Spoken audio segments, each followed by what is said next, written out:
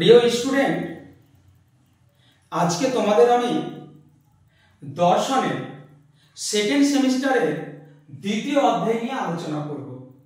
তোমরা সবাই দেখতে পাচ্ছ আমি বোর্ডে দ্বিতীয় অধ্যায়টার নাম একটু বড়সড় তোমরা দেখতে পাচ্ছ। দ্বিতীয় অধ্যায়টার নাম পদ, বাক্য, বচন, পদের ব্যাপ্যতা, সত্যতা ও বৈধতা।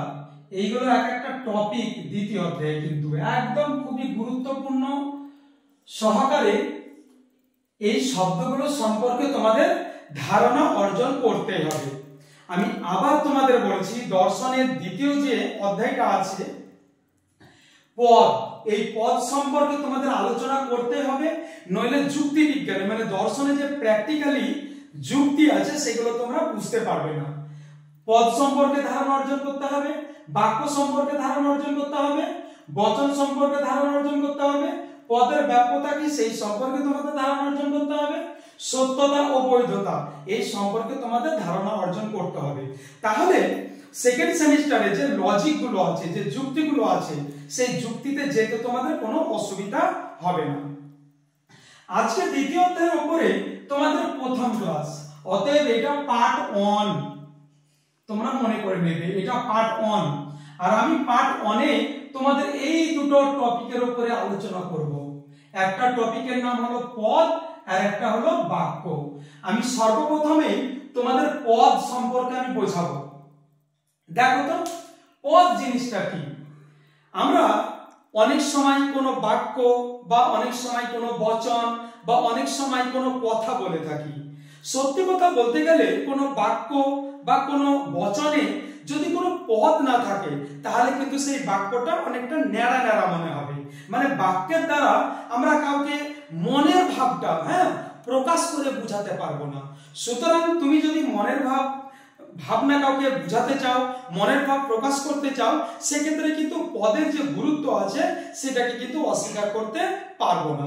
প্রিয় স্টুডেন্ট আমার, আমি পদ সম্পর্কে তোমাদের আমি আজকে বোঝাবো, একটু ভালো করে দেখবে। এখানে পদের আমি একটা সংজ্ঞা নিয়েছি তোমাদের। এখানে লেখা আছে যে সব শব্দ, নিঃসন্দেহে পদ একটা শব্দ, যে সব শব্দ বা শব্দ সমষ্টি অন্য শব্দের সাহায্যে, মানে যে শব্দ বা শব্দ সমষ্টি অন্য শব্দের সাহায্য ছাড়া নিজে নিজেই কোনো বচনের, মানে অবশ্যই এই পদগুলো কোনো বচনে ব্যবহৃত হয়। অন্য কোনো পদের বা অন্য কোনো শব্দের সাহায্য ছাড়া নিজে নিজেই কোনো বচনের উদ্দেশ্য বা বিধেয়, এই জিনিসটা ভালো করে মাথায় রাখতে হবে। কোন বচনের উদ্দেশ্য বা বিধেয় হিসাবে ব্যবহৃত হয় তাকে বচন বলে। আমি একটু তোমাদের নিজের মতন করে বলি, পদ এমন একটা শব্দ যে শব্দটা নিজে নিজে, মানে অন্য কোনো শব্দের সাহায্য ছাড়া কোনো একটা বচনের উদ্দেশ্য কিংবা বিধেয় হিসাবে ব্যবহৃত হবে। এখন প্রশ্ন তোমাদের জাগতেই পারে, কি উদ্দেশ্য জিনিসটা আর বিধেয় জিনিসটা কি? একটু তোমাদের বলি একটা উদাহরণের সাহায্যে। ধরো পদ সম্পর্কে আমি তোমাদের বোঝাতে গিয়ে একটা এক্সাম্পল নিলাম। ধরো এখানে লিখলাম আমি রাম হয় সব, এটা একটা বচন। তোমরা বচন সম্পর্কে হয়তো তোমাদের ধারণা নেই, কিন্তু তোমাদের ধারণা আছে বাক্য সম্পর্কে। কয়েকটা শব্দের সমষ্টিকে বলা হয় বাক্য। মানুষ যে চিন্তা করে, মানুষ যে যে অনুমান করে, সেই অনুমানগুলো আমরা যার দ্বারা প্রকাশ করি সেটাকে বলা হয় বাক্য বা ভাষা। তাহলে দর্শনের ভাষায় এটাকে একটা বাক্য, বা আরো স্পেশাল ভাবে যদি বলো তাহলে এটা কিন্তু একটা বচন। বচন সম্পর্কে আমি তোমাদের বিস্তারিত পার্ট 2-তে বলবো, শুধু এখানে জেনে রাখো এটা একটা বচন। আমি তোমাদের আলোচনা করছি এই পদ কাকে বলে। বলছে কি পদ একটা শব্দ বা শব্দ সমষ্টি অন্য শব্দের সাহায্য ছাড়া নিজে নিজেই কোনো বচনের, এটা একটা ধরো বচন, এটা বচন। আপাতত এটাকে বাক্য তোমরা ধরে রাখতে পারো। তাহলে এটা একটা বচন, তাহলে কোনো বচনের উদ্দেশ্য বা বিধেয় হিসাবে ব্যবহৃত হয়। এই পদ বচনের উদ্দেশ্য বা বিধেয় হিসাবে ব্যবহৃত হয়। এবার আমি তোমাদের একটু উদ্দেশ্য বা বিধেয় সম্পর্কে একটু কথা বলবো। ধরো রাম হয় সৎ, এটা একটা বচন, আর বচনে কিন্তু পদ ব্যবহৃত হয়। যখন কোনো বচনে কোনো একটা শব্দের দ্বারা আমি কারো সম্পর্কে কিছু বোঝাচ্ছি, মানে কোনো একটা বচনে বা যে শব্দের দ্বারা ওই বচনে কিছু বুঝায়, মানে যার দ্বারা কোনো কিছু বোঝায় বা যার সম্পর্কে আমরা কোনো কিছু বলি, তাকে ওই বচনের বা বাক্যের উদ্দেশ্য পদ বলে। যেমন রাম হয় সৎ, এই যে একটা বাক্য বা বচন, এই বাক্য বা বচনে আমি কার সম্পর্কে কথা বলছি? কে সৎ? না তো রাম সৎ, আমি রাম সম্পর্কে কথা বলছি। তাহলে অবশ্যই এই রামটা হবে কিন্তু উদ্দেশ্য, এটা মাথায় রাখবে, এই রামটা কিন্তু উদ্দেশ্য। তাহলে একটা বচনে যার সম্পর্কে কথা বলা হয় সেটা হলো উদ্দেশ্য, তাহলে নাম হলো উদ্দেশ্য। আর ওই বচনে উদ্দেশ্য সম্পর্কে যা কিছু বলা হয়, মানে ওই যে উদ্দেশ্যটা আছে একটা বাক্যে বা বচনে, উদ্দেশ্যটা এবার যা বলবে, মানে উদ্দেশ্য সম্পর্কে যা কিছু বলা হবে সেটা হলো বিধেয়। যেমন এই যে বাক্যটা রাম হয় সৎ, আমি কার সম্পর্কে কথা বলছি? রাম সম্পর্কে, তাহলে রামটা হবে উদ্দেশ্য। আর আমি উদ্দেশ্য সম্পর্কে যা বলছি, এখানে উদ্দেশ্য যদি রাম হয়, তাহলে আমি রাম সম্পর্কে বলছি রাম হয় সৎ, তাহলে উদ্দেশ্য সম্পর্কে আমি যেটা বলবো সেটা হবে বিধেয়। তাহলে প্রিয় স্টুডেন্ট আমার বলছে কি পদ একটা শব্দ, যে শব্দটা বচনের উদ্দেশ্য বিধেয় হিসাবে ব্যবহৃত হয়। তাহলে এইটা যদি একটা বচন হয়, তাহলে এই বচনে দুটো পদ আছে, এইটা একটা পদ উদ্দেশ্য, এইটাকে একটা অবশ্যই পদ বলা যাবে, কিন্তু এই পদটার নাম হলো উদ্দেশ্য পদ, কেননা এই বচনে যার সম্পর্কে কথা বলা হয় সেটাকে বলা হয় পদ, আর এই পদটাকে বলা হয় উদ্দেশ্য পদ। কেননা কোন একটা বচনের উদ্দেশ্যে পদ থাকে, তাহলে এই যে একটা উদ্দেশ্য, এটা একটা পদ, আর বিধেয় এটাও কিন্তু একটা পদ। তাহলে তোমাদের কাছে ব্যাপারটা পরিষ্কার হয়ে গেল, কোন একটা বচনে যার সম্পর্কে কথা বলে সেটা উদ্দেশ্য, সেই উদ্দেশ্যটা একটা পদ, আর উদ্দেশ্য পদের দ্বারা যা কিছু বোঝায় সেটা একটা পদ, সেটা হলো বিধেয় পদ। তাহলে কোন একটা বচনে বা কোন একটা বাক্যে এটা অবশ্যই থাকবে কমসে কম দুটো পদ, একটা হলো উদ্দেশ্য আর একটা হলো বিধেয়। আমি তোমাদের আরেকটা উদাহরণ দিয়ে বলি, এই উদাহরণটা বাদ দিয়ে ধরো তোমাদের লেখা যদি থাকে এরকম কি, মানুষ স্বার্থপর, এটা একটা বচন বা এটা একটা বাক্য, ধরো এটা একটা বাক্য, তাহলে এই বাক্যে অবশ্যই দুটো পদ আছে, আমাকে খুঁজতে হবে সেই পদ দুটো। এখন প্রশ্ন হলো আমি কি করে বুঝবো? তাহলে ওই বাক্যটার মধ্যে দেখতে হবে আমি কার সম্পর্কে কথা বলছি, মানে স্বার্থপর কারা। নিশ্চয়ই রাম এখানে স্বার্থপর নয়, বা এখানে গরু স্বার্থপর নয়, বা এখানে ঘোড়া স্বার্থপর নয়, বা এখানে আদার্স কোনো স্বার্থপর নয়, আমি এখানে যার কথা বলছি সেটা হলো মানুষ। তাহলে আমি কোন একটা বাক্যে বা কোন একটা বচনে যার সম্পর্কে কথা বলা হয় সেটা কিন্তু উদ্দেশ্য হয়, এটা মাথায় রেখে দিতেই হবে তোমাকে। তাহলে উদ্দেশ্য, সেই উদ্দেশ্য কিন্তু একটা পদ, যার সম্পর্কে কথা বলা হয় সেটা একটা পদ। তাহলে মানুষ একটা পদ, আর মানুষ সম্পর্কে যা বলছে, মানুষ হলো কি এখানে স্বার্থপর, তাহলে মানুষ সম্পর্কে যা কিছু বলবে, মানে উদ্দেশ্য সম্পর্কে যা কিছু বলা হবে সেটা হলো বিধেয়। তাহলে বিধেয়টাও একটা পদ।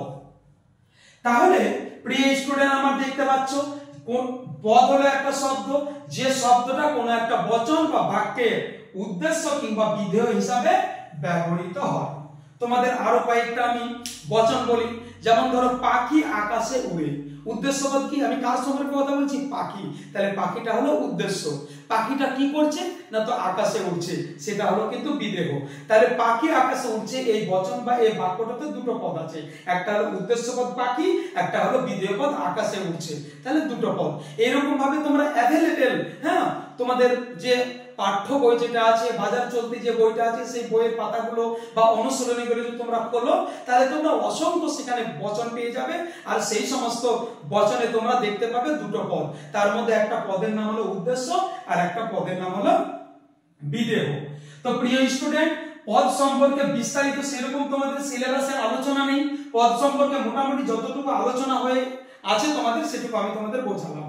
এবার তোমাদের আমি আলোচনা করব বাক্য সম্পর্কে। এবার তোমাদের আমি বাক্য সম্পর্কে একটু ধারণা দেব। তোমরা দেখতে পাচ্ছ এখানে বাক্য সম্পর্কে আমি তোমাদের একটা সংজ্ঞা দিয়েছি। বাক্য সম্পর্কে সংজ্ঞা দিতে গিয়ে আমি এখানে তোমাদের বোর্ডে লিখেছি, দৈনন্দিন জীবনে চিন্তার বিষয়গুলি প্রকাশিত হয় ভাষার দ্বারা, আর ভাষায় প্রকাশিত চিন্তাকেই ব্যাকরণগত অর্থে বাক্য বলে। দৈনন্দিন জীবনে আমরা আমাদের কর্মজীবনে, হাটে বাজারে, স্কুলে, মাঠে, ট্রেনে ইত্যাদি ইত্যাদি জায়গায় যে চলাফেরা করি, সেখানে আমাদের কর্মক্ষেত্রে অনেক মানুষকে আমরা অনেক কথা বলি, কিন্তু সেই কথাগুলো বলার আগে আমরা আগে ভাবি, সেই ভাবনাটা যার দ্বারা প্রকাশ করি সেই প্রকাশকেই বলা হয় বাক্য। তো দেখো, দৈনন্দিন জীবনে চিন্তার বিষয়গুলি প্রকাশিত হয় ভাষার দ্বারা। যদি ভাষা না থাকতো তাহলে আমরা মনের ভাব কিসের দ্বারা প্রকাশ করতাম? তাহলে ভাষার দ্বারাই মনের ভাবকে প্রকাশ করি, আর ওই ভাষায় প্রকাশিত চিন্তাটাই বলা হয় বাক্য। সেই ভাষাগুলো প্রকাশিত হয় কিসের দ্বারা? বাক্য দ্বারা। তাহলে সত্য কথা বলতে গেলে বা আসল কথা বলতে গেলে বাক্য হলো এক ধরনের চিন্তা সম্পর্কীয় ভাষা। এই বাক্য অনেকগুলো শব্দের সমষ্টি। যেমন ধরো, রাম ভাত খায়, তাহলে রাম একটা শব্দ, ভাত একটা শব্দ, খায় একটা শব্দ। এই তিনটে শব্দের সমষ্টিকে তিনটে শব্দ যখন একত্রিত হয়ে যাবে তখন সেটা একটা কি হবে? বাক্য হয়ে যাবে। রাম ভাত খায়, এটা একটা বাক্য।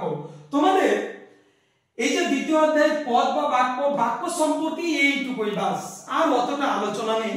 তোমাদের এই বাক্য সম্পর্কে এই যে ছোট্ট একটু আলোচনা, এই আলোচনাটা সেরকম নেই, এর বাইরে অতটা নেই। তোমাদের যে বচনটা আমি যখন বোঝাবো পার্ট 2 তে, সেই বচনটাতে লেখা থাকবে বাক্য থেকে বচনে রূপান্তরিত করো।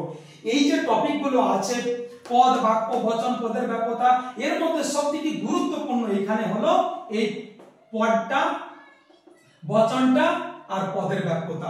এই তিনটে জিনিস, এই তিনটে শব্দ সম্পর্কে তুমি যদি ধারণা অর্জন করতে পারো, তাহলে কিন্তু দর্শনের সেকেন্ড সেমিস্টারে তুমি রাজত্ব করবে। চলে এসো বাক্য। তাহলে বাক্য আমি বললাম ভাষার দ্বারা প্রকাশিত চিন্তাকে বলা হয় বাক্য। বাক্য বিভিন্ন রকমের হতে পারে, যেমন প্রশ্নবোধক বাক্য, তুমি কোথায় থাকো, তোমার নাম কি, তোমার বাড়ি কোথায়, এইগুলো হলো প্রশ্নবোধক বাক্য। বাক্য প্রশ্নবোধক হতে পারে, বাক্য বর্ণনামূলক হতে পারে। মেঘ কালো, আমি মেঘ সম্পর্কে ঘোষণা করছি, বর্ণনামূলক বাক্য আবার ঘোষক বাক্য বলা হয়। যেমন মেঘ কালো, তারপরে আমি যদি বলি কি তোমার কাক কালো, তারপরে রক্ত লাল, এই যে আমি কোন একটা শ্রেণী সম্পর্কে যে একটা বর্ণনা দিচ্ছি, এই জাতীয় বাক্যগুলোকে বলা হয় বর্ণনামূলক বাক্য। তারপরে বিস্ময়সূচক বাক্য, সেটা খুবই আমরা যখন আনন্দ পেয়ে যাই, বা যখন খুবই খুশি হয়, সেই শব্দগুলো প্রয়োগ করা যেতে পারে। যেমন আমি ধরো তোমাদের লিখেছি আহা কি সুন্দর দৃশ্য, এটা একটা কিন্তু বিস্ময়সূচক বাক্য। তাহলে আমার প্রিয় স্টুডেন্ট, আজকে আমার ক্লাসের দ্বিতীয় অধ্যায়ের মধ্যে যে টপিকগুলো ছিল সেটা আমি তোমাদের পদ আর বাক্য সম্পর্কে আলোচনা করলাম। পরের দিন পার্ট 2 তে তোমাদের আমি বচন আর পদের ব্যাপ্যতা এই দুটো সম্পর্কে বিস্তারিত আলোচনা করব।